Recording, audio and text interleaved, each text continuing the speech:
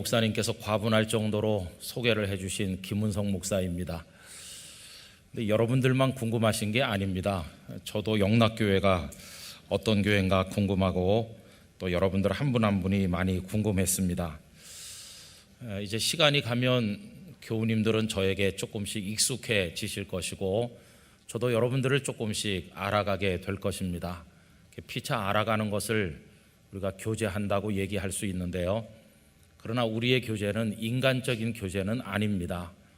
요한일서 1장 3절이 가르치는 것처럼 우리의 사귐은 하나님과 예수 그리스도와 나누는 것이라고 말씀하셨으니까 우린 삼위일체 하나님 가운데 모시고 하나님의 말씀을 매개로 해서 거룩하고도 영적인 교제를 앞으로 풍성하게 나누게 되기를 간절히 원합니다. 처음 만날 때는 누구나 설레기도 하고 두렵기도 하는데 선보러 나가는 처녀 같지 않겠습니까? 여러분, 제가 그런 심정으로 오늘 이 자리에 왔습니다. 근데 잘 적응이 좀 안 되는 것 같으네요. 왜냐하면 영락교회는 주일날 클러지 셔츠를 입는다고 그래가지고 샘플을 하나 보내오셨는데 숨을 못 쉴 정도로 목이 쫄렸습니다. 그래서 또 이번에는 누구에게 부탁을 해가지고 이 사이즈를 재서 보내가지고 만들었더니 이제는 보시다시피 이렇게 보는 분마다 다 찬바람 들어가시겠어요 이렇게 하시니까 이것도 잘 안 맞는 것 같은데 이제 좀 줄였다 늘렸다 하면 이제 맞는 날이 올 것입니다. 근데 옷이 저에게 맞춰야 되는지 제가 맞춰야 되는지는 잘 모르겠어요. 근데 여러분, 그런 생각이 들었습니다. 사람이 하는 건 다 그렇다. 그러나 영락교회와 김은성 목사가 잘 맞게 하는 것은 하나님이 재셔서 하신 것이라면 틀림이 없지 않을까 그렇게 믿고 싶습니다. 왜냐하면 우리 하나님께서는 실수가 없으신 하나님이시지 않습니까? 그리고 적응이 안 되는 것 중에 하나는 이 강단입니다. 이게 다른 교회 강단은 저 벽 쪽에 있습니다. 그래서 이 얼굴만 신경 쓰면 되는데 영락교회는 양쪽에서 다 보고 계시고 한술 더 떠서 뒤에서도 보고 계시지 않습니까? 이게 전후 좌우에 다 자신감이 있는 사람, 그런 사람만 이 자리에 설 수 있습니다. 그럼 제가 전후 좌우로 다 자신이 있어서 이 자리에 섰을까요? 그건 아니고요. 하나님께서 제 마음속에 이렇게 말씀하시는 것 같습니다. 너 지금까지 내 시선 앞에서 많은 훈련을 받지 않았느냐? 나는 너를 전후 좌우에서만 본 게 아니고 저 높은 데서 내려다보기도 했고 사람들은 너의 겉모습만 보았지만 나는 너의 속까지 다 보지 않았느냐? 너는 앞으로도 어디에 있든지 누구 앞에 있든지 사람들의 시선을 의식하지 말고 내 눈앞에 있다는 사실만 잊지 말아라. 내가 내 눈앞에서 오르면 그것으로 충분한 것이다. 그리고 내 눈앞에서 오르면 만인 앞에서도 오른 것이다. 이렇게 말씀해 주신다고 느껴서 이 자리에 선 것입니다. 그래서 저는 감히 여러분들 앞에 서 있다기보다는 하나님 앞에 서 있는 심정을 가지고 이 자리에 섰습니다. 여러분, 하나님 앞에서 오르면 모든 사람 앞에서 오를 줄로 믿습니다. 왜냐하면 하나님께서는 모든 진리의 마지막 기준이시기 때문에 그렇습니다. 또 영락교회 오면서 이런저런 생각을 하는 가운데 팬 서비스 하는 차원에서 가발이라도 쓸까 그런 생각을 했었습니다. 저희는 집안 대대로 털모자가 좀 부실하기 때문에 그런 고민도 했었는데요. 하나님께서 역시 제 마음속에 그냥 너 생긴 대로 사는 게 낫다 그렇게. 왜냐하면 우리 하나님께서는 우리의 외모를 보시는 하나님이 아니시고 우리의 중심을 보시는 분 아니십니까? 그래서 뭘 붙이거나 뭐 이렇게 가리거나 위장하거나 꾸미는 것은 옳지 않다는 생각을 주시면서 그냥 내 모습 그대로 해라 이런 감동을 주십니다. 그래서 여러분, 저는 앞으로 영락교회에 머무는 시간 동안에 그저 저 생긴 대로 제가 할 수 있는 대로 제 모습 그대로 하도록 하겠습니다. 무슨 위장하거나 덧붙이거나 없는 것을 있다고 하거나 그렇게 하지 않을 것입니다. 저는 우리 교우님들께서 제게 오실 때도 그냥 교우님들의 있는 모습 그대로 다가와 주시기를 부탁드립니다. 여러분, 우리가 다 그런 심정으로 같이 손에 손을 마주잡고 하나님 앞에 나가야 될 줄로 믿습니다. 목사는 진리를 설교해야 될 사람인데 위장이나 꾸밈이 있어서는 안 되겠죠. 여러분들이 성도 모두가 하나님 앞에 있는 모습 그대로 나가면, 하나님 저희가 연약합니다 하면 전능하신 하나님은 강하게 하실 겁니다. 하나님 우리가 지혜가 부족합니다 그러면 지혜 그 자체이신 하나님께서 우리를 지혜롭게 하실 것입니다. 그래서 우리는 그저 있는 모습 그대로 손에 손을 마주잡고 하나님께 나가게 되기를 간절히 기원합니다. 제가 땅끝 교회에서 28년 동안 사역을 하고 영락교회에 오게 됐습니다. 도대체 얼마나 일찍 시작했으면 그럴까 생각을 하실 텐데요, 저는 목사 안수 받은 지 얼마 되지도 않아서 일찍 담임 목회자가 돼서 말할 수 없는 성도들의 사랑을 받으며 오늘까지 지내왔습니다. 거기는 연고가 전혀 없는 부산 영도라는 섬이었습니다. 그러다가 이번에 영락교회로 오게 되니까 저희 지역의 모 기관장님, 하나님을 믿지 않으시는 분이 전화를 주셨습니다. 그분의 인사 말씀을 그대로 옮기면 이렇습니다. 목사님 영전하신다면서요. 이렇게 전화를 하셨어요. 우리 영락교회 성도 여러분은 그분의 인사 말씀에 대해서 어떻게 생각하십니까? 하긴 그래, 저 김 목사가 시골에서 20년 28년 있었는데 영락교회 서울 한복판에 오니까 영전하는 게 맞지, 그렇게 생각하시는 분이 혹시 계십니까? 여러분, 저는 털끝만큼도 그렇게 생각하지 않습니다. 왜냐하면 예수님의 보배로운 피로 값을 지불하고 산 주님의 교회는 어느 교회나 똑같이 거룩하고 똑같이 소중한 생명과 축복의 통로이기 때문인 것입니다. 저는 앞으로도 그렇게 믿고 영락교회를 사랑하고 이 땅의 모든 교회를 사랑하고자 합니다. 뿐만 아니라 제가 마음속에 가지는 결심이 있는데, 틀림없이 목양의 환경은 놀랍게도 변화될 것입니다. 땅끝 교회와 영락교회는 여러 가지 면으로 다르니까요, 변화가 많이 있을 것입니다. 그러나 이 변화의 흐름 속에서 제가 두려워하는 한 가지가 있다면 저 자신이 변질될까 하는 것입니다. 저를 변질시키게, 타락시키게 만들려고 하는 사탄의 공격에 대해서 저는 앞으로 치열한 영적 전쟁을 벌여나가려고 생각을 하고 있습니다. 저는 자유인으로 살고 싶습니다. 어떤 권력에도 명예에도 재물에도 노예가 되고 싶지 않습니다. 단 하나, 제가 누구에게 매인다면 오직 예수님께 매인 예수님의 종이 되기를 원할 뿐입니다. 우리 모든 영락의 성도들이 주님의 종으로 살아가게 되기를 간절히 원합니다. 제가 그런 마음을 지켜나갈 수 있도록 여러분들께서 저를 위해서 뜨거운 기도를 많이 드려주시기를 부탁드립니다. 목사가 처음 부임하면 어떤 말씀을 해야 교우들의 마음이 흡족하고 기쁘실까요? 대단한 능력과 경륜을 가진 어떤 분이 오셔서 제가 5년 만에 혹은 7년 만에 우리 영락교회를 엄청난 교회로 만들겠습니다라고 약속을 한다면 여러분들의 마음이 흐뭇하시겠습니까? 그러나 아쉽게도 저는 그런 약속을 할 만한 능력을 가지고 있지 못한 지극히 연약한 종에 불과합니다. 그래서 저는 지키지도 못할 그런 약속을 여러분들께 드리는 것보다는 오늘 고린도전서 2장 1절 이하에 나오는 우리의 대선배 사도 바울의 고백을 통해서 여러분들에게 저의 마음을 전하고자 하는 것입니다. 오늘 읽은 이 5절의 말씀은 바울 사도의 진솔한 고백이 고스란히 담겨 있다고 말할 수가 있겠습니다. 이 말씀은 고린도라고 하는 거대 도시에서 사역을 감당하실 때 바울 사도께서 마음에 품고 계셨던 그 목양에 임하는 태도, 그 마음의 자세를 말씀하는 대목입니다. 여러분, 바울 사도께서는 고린도에서 어떤 마음으로 사역을 하셨을까요?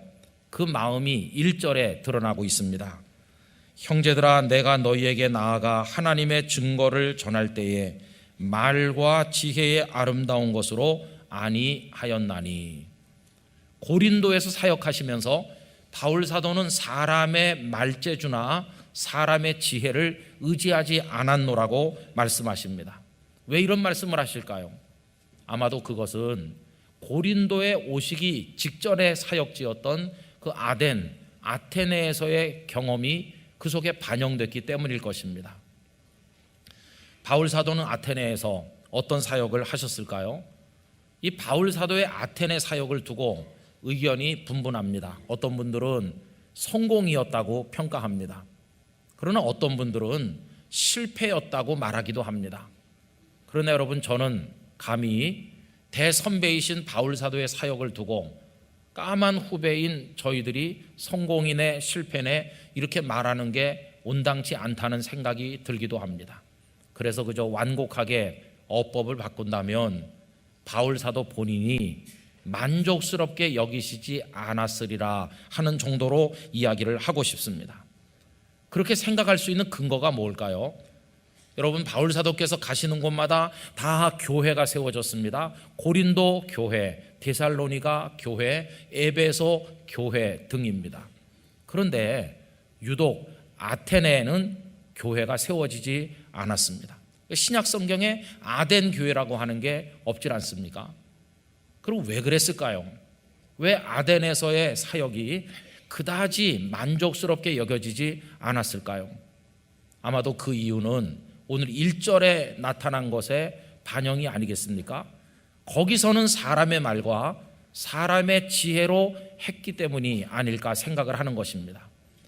여러분, 사도행전 17장 17절 18절에 보면 바울 사도께서는 아덴에서 많은 철학자들과 쟁론을 하셨는데 다음과 같이 기록되어 있습니다.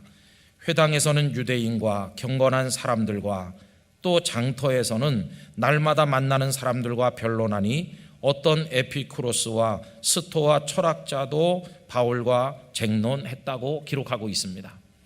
우리가 아는 것처럼 바울 사도께서는 박학다식한 분이셨습니다.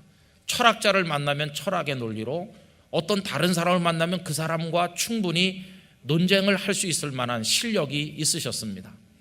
그러다 보니까 에피쿠로스 혹은 스토아 철학자들을 만났을 때 그때 사람의 말 재주 혹은 지혜를 동원했으리라고 생각을 하는 것입니다. 여러분, 철학이라는 것 자체가 지혜를 사랑하는 것이고요, 그리고 그것을 어떤 명료한 논리를 통해 전개하는 것이고, 그거를 말 재주를 통해 적절하게 표현하는 거 아니겠습니까? 그래 바울 사도께서 철학자들과 만나서 그런 쟁론을 많이 하셨다는 것입니다. 그런데 그 결과가 무엇입니까? 아쉽게도 그 결과가 썩 그다지 만족스럽지 못하셨다 하는 것입니다. 이제 그리고 나서 그 다음에 옮겨간 곳이 바로 고린도였습니다. 이분은 고린도에서 결심했습니다. 내가 아덴에서처럼 말 재주나 사람의 지혜로 하지 않겠다. 고린도에서는 새로운 방식으로 하겠다. 그럼 여러분, 말의 지혜나 이런 것들 다 내려놓으면 고린도에서는 무엇으로 하신다고 생각을 했을까요? 그 해답이 오늘 본문 2절에 나오고 있습니다. 우리 다 같이 소리를 맞추셔서 읽어보실까요? 내가 너희 중에서 예수 그리스도와 그가 십자가에 못 박히신 것 외에는 아무것도 알지 아니하기로 작정하였습니다. 아멘. 바울 사도는 두 가지를 결심하셔서, 첫째는 오직 예수 그리스도만 내가 알아야 되겠다. 두 번째는 그 예수님의 십자가만 내가 붙들어야 되겠다. 여러분, 이 두 가지였습니다. 성도 여러분, 바울 사도의 결심 어떻습니까? 말이나 지혜 같은 거 다 내려놓고 오직 예수님, 오직 십자가, 이 두 가지만 붙들고 사역을 하기로 한 바울의 결심이 어떻다고 생각하십니까? 이 결단은 대단히 훌륭한 것이었습니다. 그리고 옳은 것이었습니다. 왜냐하면 예수님 그분이 바로 진리이기 때문입니다. 예수님만이 생명이시기 때문인 것입니다. 예수님 없는 기독교 생각할 수 없습니다. 여러분, 교회는 생명을 유통하는 공동체인데 무엇을 통해 생명을 세상에 나눕니까? 그건 복음인데, 복음의 핵심이 무엇입니까? 예수님의 십자가, 그 십자가로 인해 나타난 영광스러운 생명의 부활이 아니겠습니까? 그러므로 예수님을 붙들고 예수님의 십자가 복음을 붙들겠다고 하는 이 바울의 고백은 너무나도 적절하고 옳은 것이었다고 생각을 하는 것입니다. 여러분, 개인에게나 교회에게나 소망은 예수님밖에 없습니다. 우리가 붙들어야 될 것은 십자가의 피 묻은 복음, 부활의 영광스러운 복음밖에는 없는 줄로 믿습니다. 오늘 3부 예배 참석하신 영락교회 성도들께서 우리 주님과 이 십자가의 복음을 굳건하게 붙들게 되시기를 간절히 기원합니다. 원리가 이러하기 때문에 오늘 영락교회 처음 예배하는 저도 이 원리를 붙들길 원합니다. 저도 앞으로 예수님 그리고 십자가의 복음을 붙들도록 하겠습니다. 제가 그렇게 할 수밖에 없는 이유는 제 자신이 한없이 연약한 줄 잘 알기 때문입니다. 여러분, 저의 심정은 오늘 본문 3절에 나타난 바울의 마음과 똑같다고 말할 수 있습니다. 3절에 뭐라고 말씀했나요? 내가 너희 가운데 거할 때에 약하고 두려워하고 심히 떨었노라. 여러분, 영락교회 부임하는 저의 마음이 이렇게 약하고 또 이렇게 두려워하고 많이 떨립니다. 제가 여기 온 것은 능력이 있고 대단한 경력이 있어서 자신감에 넘쳐서 온 게 절대로 아닙니다. 저는 약하고 두려워하고 심히 떨지만, 그래서 바울 사도가 예수님과 십자가의 복음만 의지하기로 했다면 나도 그렇게 하리라 하는 마음으로 이 자리에 선 것입니다. 여러분, 저는 앞으로 이 강단이 사람의 말로 오염되지 않도록 하는 일에 최선을 다하도록 하겠습니다. 오직 예수 그리스도의 복음이 증거되는 강단, 십자가와 부활의 생명의 말씀이 선포되는 강단이 되도록 하는 일에 저의 모든 것을 바치도록 노력을 하겠습니다. 그래서 이 영락교회가 예수님으로 충만하고 십자가와 부활의 복음으로 가득한 놀라운 교회가 되기를 간절히 원하는 것입니다. 제가 이렇게 결심을 하고 여러분들에게 말씀드림에 있어서 격려가 되는 게 있습니다. 그것은 다른 게 아니라 지나간 73년 세월 속에 영락교회가 이미 그렇게 해오셨다고 믿기 때문입니다.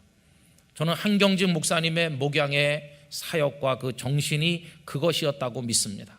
그 이후에 오신 많은 목사님들, 특별히 20년 동안 눈물로 이 자리를 지키신 이철신 목사님의 목양 철학 역시 이와 다르지 않다고 믿기 때문에 나도 그렇게 하리라 이렇게 결심하는데 오히려 큰 격려를 받고 있는 것입니다. 앞으로 영락교회 성도들의 신앙과 이 교회가 그래서 예수님과 복음의 뿌리 내린 거기 기초한 아름다운 것으로 성장해 가기를 간절히 원하는 것입니다. 누가 물어볼 것입니다. 어떻게 영락교회는 그렇게 견고한 주님의 교회가 되었느냐고, 그리고 어떻게 교우들의 신앙이 그렇게 반듯하게 되었느냐고 누가 묻는다면, 여러분, 말재주 뛰어나고 재미있게 설득력 있게 하는 사람에게 설득당했기 때문이 아니라 우리 중에 계신 주님과 하나님의 성령의 능력으로 그렇게 되었노라고 대답할 수 있기를 원합니다. 여러분, 오늘 본문 4절과 5절이 우리의 대답이 되기를 원하는데요, 다 같이 읽어보십시다. 내 말과 내 전도함이 설득력 있는 지혜의 말로 하지 아니하고 다만 성령의 나타나심과 능력으로 하여 너희 믿음이 사람의 지혜에 있지 아니하고 다만 하나님의 능력에 있게 하려 하였노라. 아멘. 이게 우리의 대답이 되어야 할 줄로 믿습니다. 이렇게 하면 예수님을 통해 생명을 얻고 우리는 부흥하고 복을 받을 것입니다. 이렇게 하면 십자가와 부활의 복음을 통해 온 세상에 생명을 유통하는 교회가 될 줄로 믿습니다. 여러분, 저는 수년 전에 본 교단 총회 석상에서 설교를 한 적이 있었습니다. 그때 그 설교의 제목은 다시 쓰는 이력서라는 것입니다. 모세는 나이 40에 하나님께 이력서를 드렸습니다. 이름 모세, 나이 40세, 그리고 그 아이에 빼곡하도록 애굽의 궁궐에서 배운 학력, 경력, 그리고 전쟁의 여러 전술을 배웠다는 사실들, 그리고 전투 현장에서 혁혁한 공을 세웠다고 하는 이야기가 쫙 적혀 있었습니다. 그리고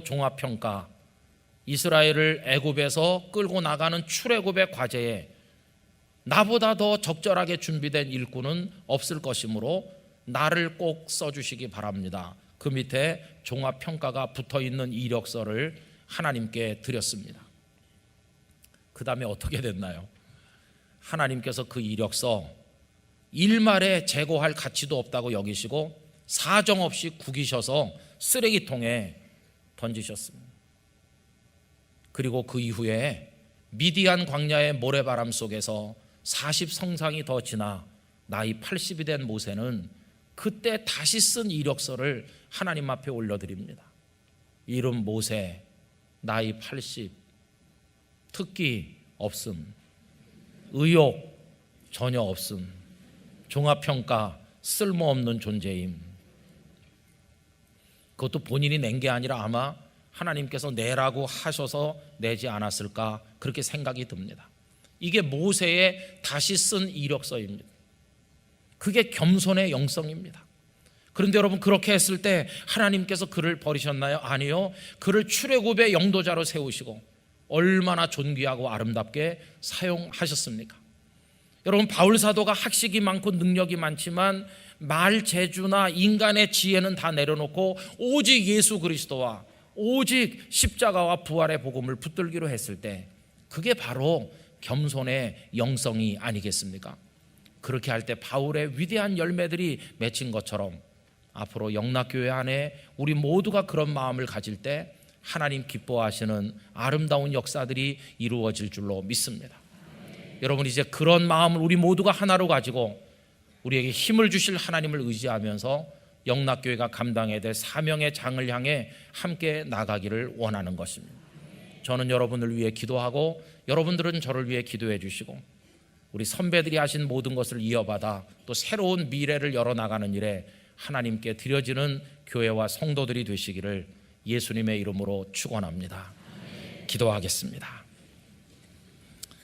아버지 하나님, 주님의 보혈로 값을 지불하고 사셨으며 한 목사님을 비롯한 많은 목회자들과 성도들을 통해 오늘까지 세워오신 영락교회 소속된 성도들과 불초한 종이 바울 사도의 고백을 그대로 물려받아 오직 예수님, 오직 십자가의 복음을 붙들고 전진하여 하나님 앞에 위대하게 쓰임받게 하시고 하나님 영광 나타내게 하여 주옵소서. 예수님 이름으로 기도드리옵나이다. 아멘.